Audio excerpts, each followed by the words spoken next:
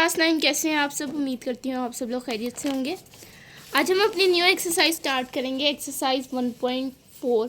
Exercise 1.3 के सारे questions हमने पिछली वीडियोस में किए हैं। अगर आपने वो वीडियोस नहीं देखी तो आप मेरे चैनल पे जाके एक्सरसाइज 1.3 की प्लेलिस्ट देख सकते हैं।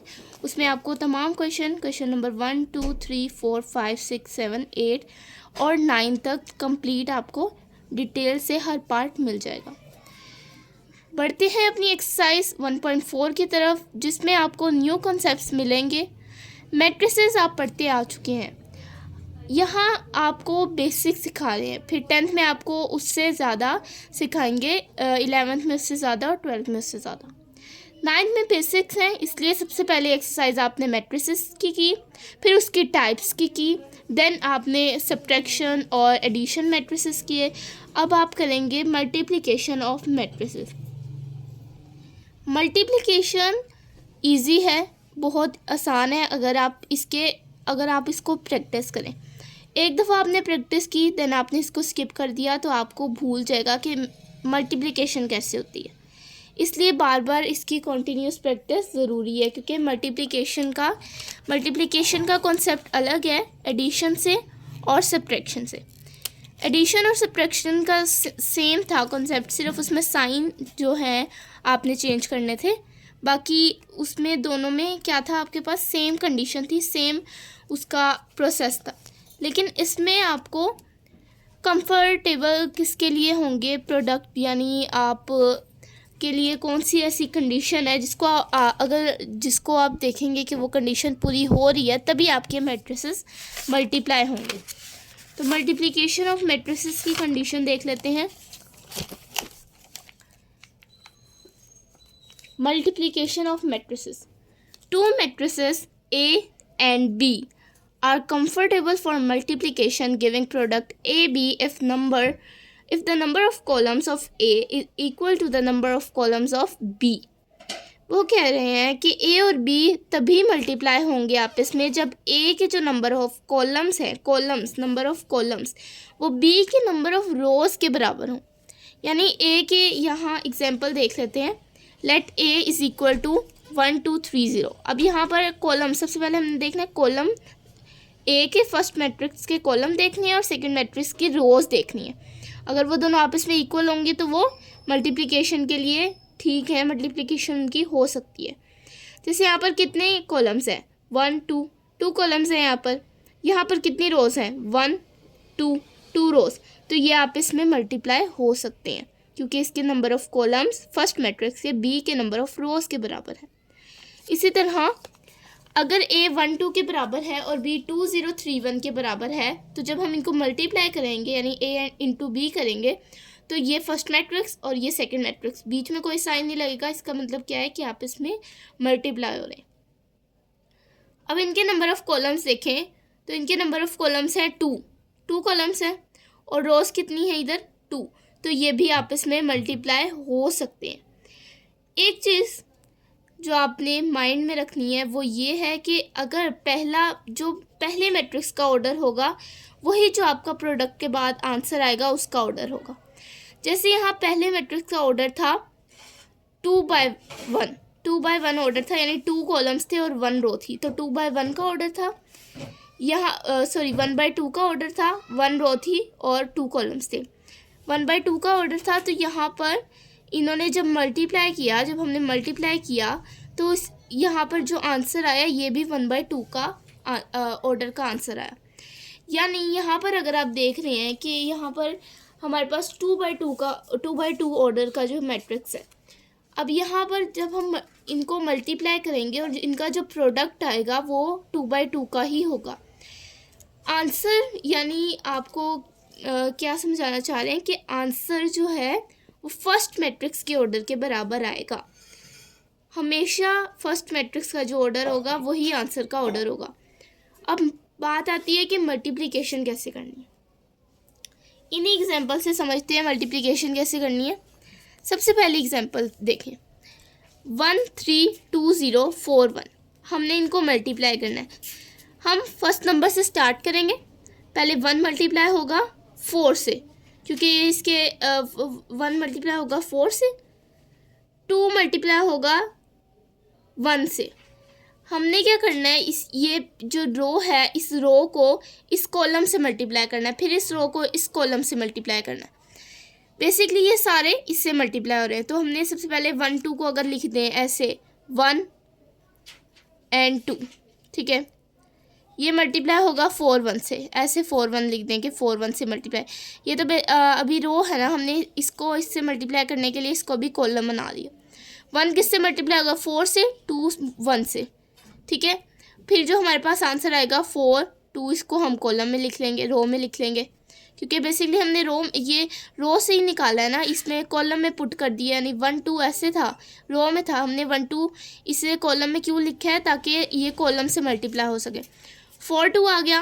नेक्स्ट है 3 0, 3 0 को भी 4 1 से करेंगे, तो यहाँ पर हमारे पास 3 मल्टीप्लाई होगा 4 से और 0 मल्टीप्लाई होगा 1 से, यानी 1 और 2 यहाँ हम आपके पास ये, अगर आप इस कॉन्सेप्ट से समझना चाहें तो समझ लें।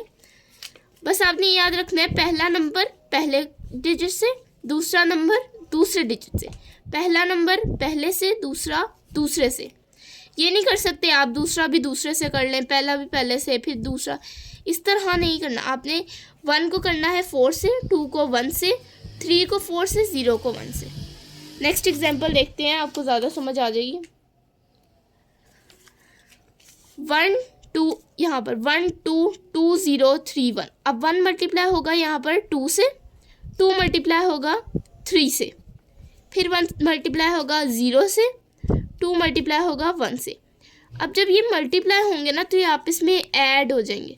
ये ऐड क्यों होंगे, ये ऐड नहीं होंगे। आपने सबसे पहले एक रो लेनी है, एक डिजिट लेना है।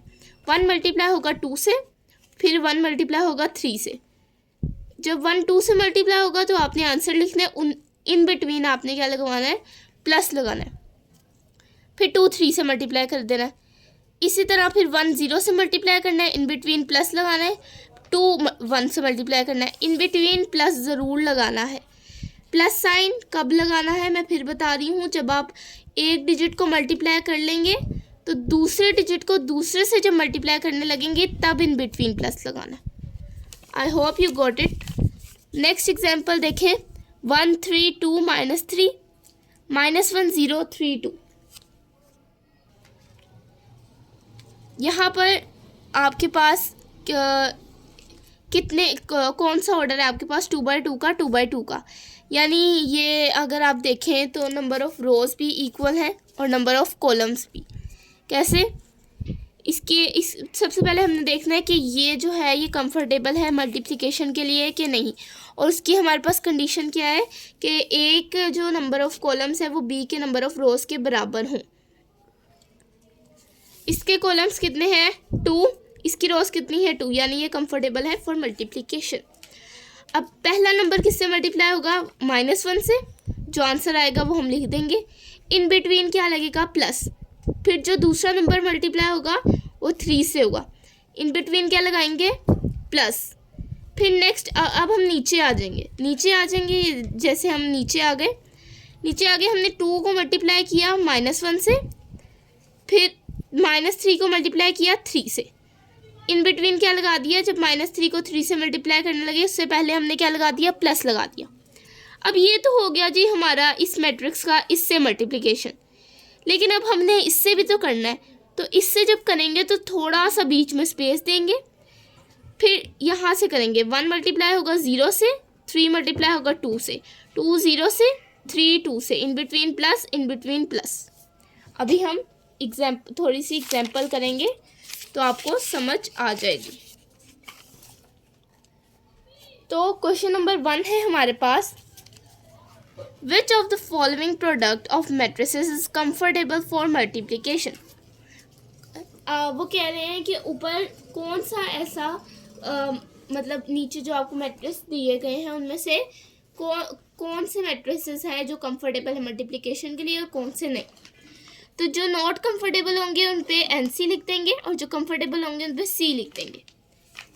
अब यहाँ पर देखिए हमने कंडीशन क्या पढ़ी है, that the number of rows of first columns of first row यानी जो फर्स्ट मैट्रिक्स है, number of columns of first matrix is equal to the number of rows of second matrix, यानी इसके कॉलम जो first matrix है उसका column जितने भी नंबर ऑफ कॉलम है वो सेकेंड मैट्रिक्स की रो के बराबर हों। अब यहाँ पर कितने कॉलम्स हैं? 1 2। यहाँ पर कितनी रोज है? 1 2। तो ये क्या है? कंफर्टेबल है। यहाँ पर कितने कॉलम्स हैं? 1 2। यहाँ पर कितने रोज हैं? 1 2। तो ये भी कंफर्टेबल है। यहाँ पर है 1 कॉलम और यहाँ पर 2 रोज है, तो ये कॉलम और रोज बराबर नहीं है, तो ये नॉट कंफर्टेबल। यहाँ पर कितने कॉलम्स है? 2 कॉलम्स है। यहाँ पर कितनी रोज है? 2 रोज है, तो ये क्या हो गया? ये भी कंफर्टेबल हो गया। यहाँ पर कितनी कॉलम्स है? 3 कॉलम्स। यहाँ पर कितनी रोज है? 3 रोज, ये भी कंफर्टेबल है। यानी सिर्फ 3 जो है हमारे पास नॉट कंफर्टेबल था, बाकी सब कंफर्टेबल है फॉर मल्टीप्लिकेशन। आई होप आपको क्लियर होगा। अब हम अपने क्वेश्चन नंबर 2 की तरफ आते हैं। क्वेश्चन नंबर 2 में हमारे पास 2 मैट्रिसेस गिवन है, A matrix and B matrix. Find A B and B A if possible. B A if possible का मतलब है, इफ पॉसिबल का उन्होंने क्यों लिखा हुआ है यहाँ पर, ये बताने के लिए कि हो सकता है कि बी ए पॉसिबल ना हो। क्यों? क्योंकि हो सकता है बी ए के जो कंडीशन है वो पूरी ना हो। कंडीशन क्या है? That the number of rows, number of columns of first matrix is equal to the number of rows of second matrix. I hope आपको ये कंडीशन जो है रिमेंबर रहेगी जितनी दफ़ा मैंने बोल दिया है। अब हम पार्ट 1 सॉल्व करेंगे क्वेश्चन नंबर 2 का। सो गिवन हमारे पास है a 3 0 -1 2, b 6 5। a भी फाइंड आउट करना है, यानी a मल्टीप्लाई होगा b से। तो देखते हैं कंडीशन पूरी हो रही है। कितने कॉलम्स हैं? 2 कॉलम्स हैं। कितनी रोज हैं? 2 रोज है। पहले एक कॉलम देखनी होती है, दूसरी की rows. 2 columns 2 rows, it is comfortable for multiplication. A B अब हम सॉल्व करते हैं। ए मल्टीप्लाई होगा बी से। फर्स्ट है हमारे पास ए बी। ए बी है हमारे पास फर्स्ट। ए लिखेंगे, ए की वैल्यू लिखेंगे। ए की वैल्यू है 3 0 -1 2। बी की वैल्यू हमारे पास है 6 5। अब हम ये क्या होगा? ये होगा मल्टीप्लाई। अब मैंने जैसे आपको बताया था कि कैसे करना है, हमने मल्टीप्लिकेशन कैसे करनी है कि पहले डिजिट को इससे मल्टीप्लाई करना है, दूसरे को सेकंड से। पहले को फर्स्ट से, दूसरे को सेकंड से। इन बिटवीन क्या लगाना है? प्लस लगाना है। कैसे करेंगे? 3 मल्टीप्लाई होगा 6 से। 3 मल्टीप्लाई होगा 6 से, पहला डिजिट मल्टीप्लाई होगा, फिर इन बिटवीन प्लस लगेगा और दूसरा डिजिट मल्टीप्लाई होगा दूसरे नंबर से। 0 मल्टीप्लाई होगा 5 से। इसी तरह -1 मल्टीप्लाई होगा 6 से,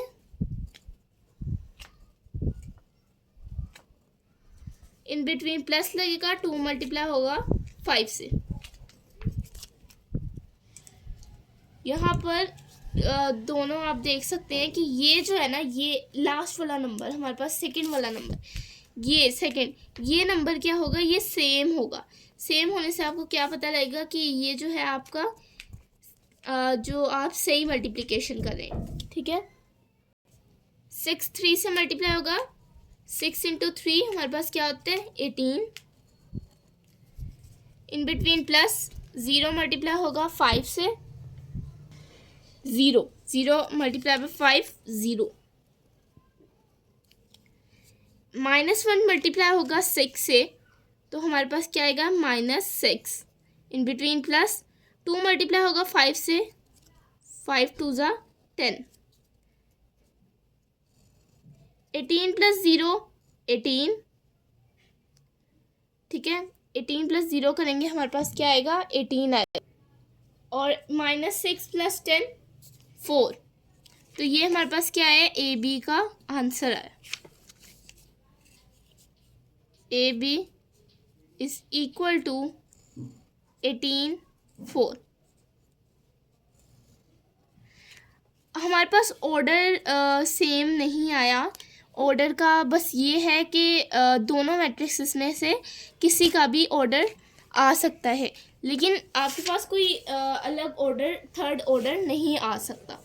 यानी अगर मैट्रिक्स 1 का ये ऑर्डर है तो आंसर में वो ऑर्डर आएगा, मैट्रिक्स 2 का कोई ऑर्डर है तो आंसर में इन दोनों में से जो ऑर्डर है, इन्हीं दोनों में से कोई ऑर्डर जो है वो आंसर का होगा। यानी यहाँ पर क्या है हमारे पास ऑर्डर, यहाँ पर हमारे पास 2/1 का ऑर्डर है, तो यहाँ पर अगर आप मैट्रिक्स 2 देखें, बी देखें, वो भी 2/1 का है। तो ए बी है क्या हमारे पास यहाँ पर आंसर हमने फाइंड आउट कर लिया। अब हमने फाइंड आउट करना है बी ए। बी ए क्यों फाइंड आउट करना है? B A is possible. B की वैल्यू हमें पता है, बी क्या है 6 5 एंड ए है हमारे पास 3 0 -1 2।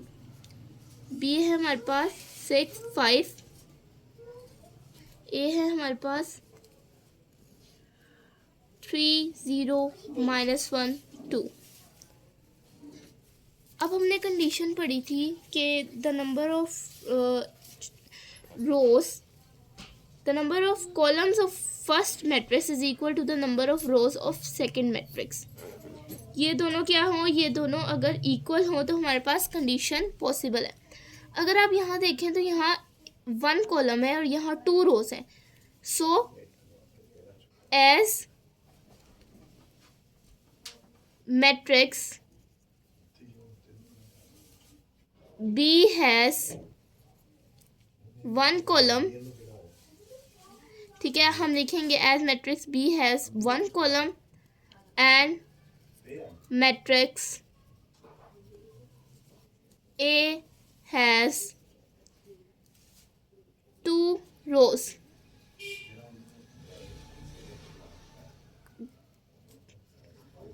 Condition of multiplication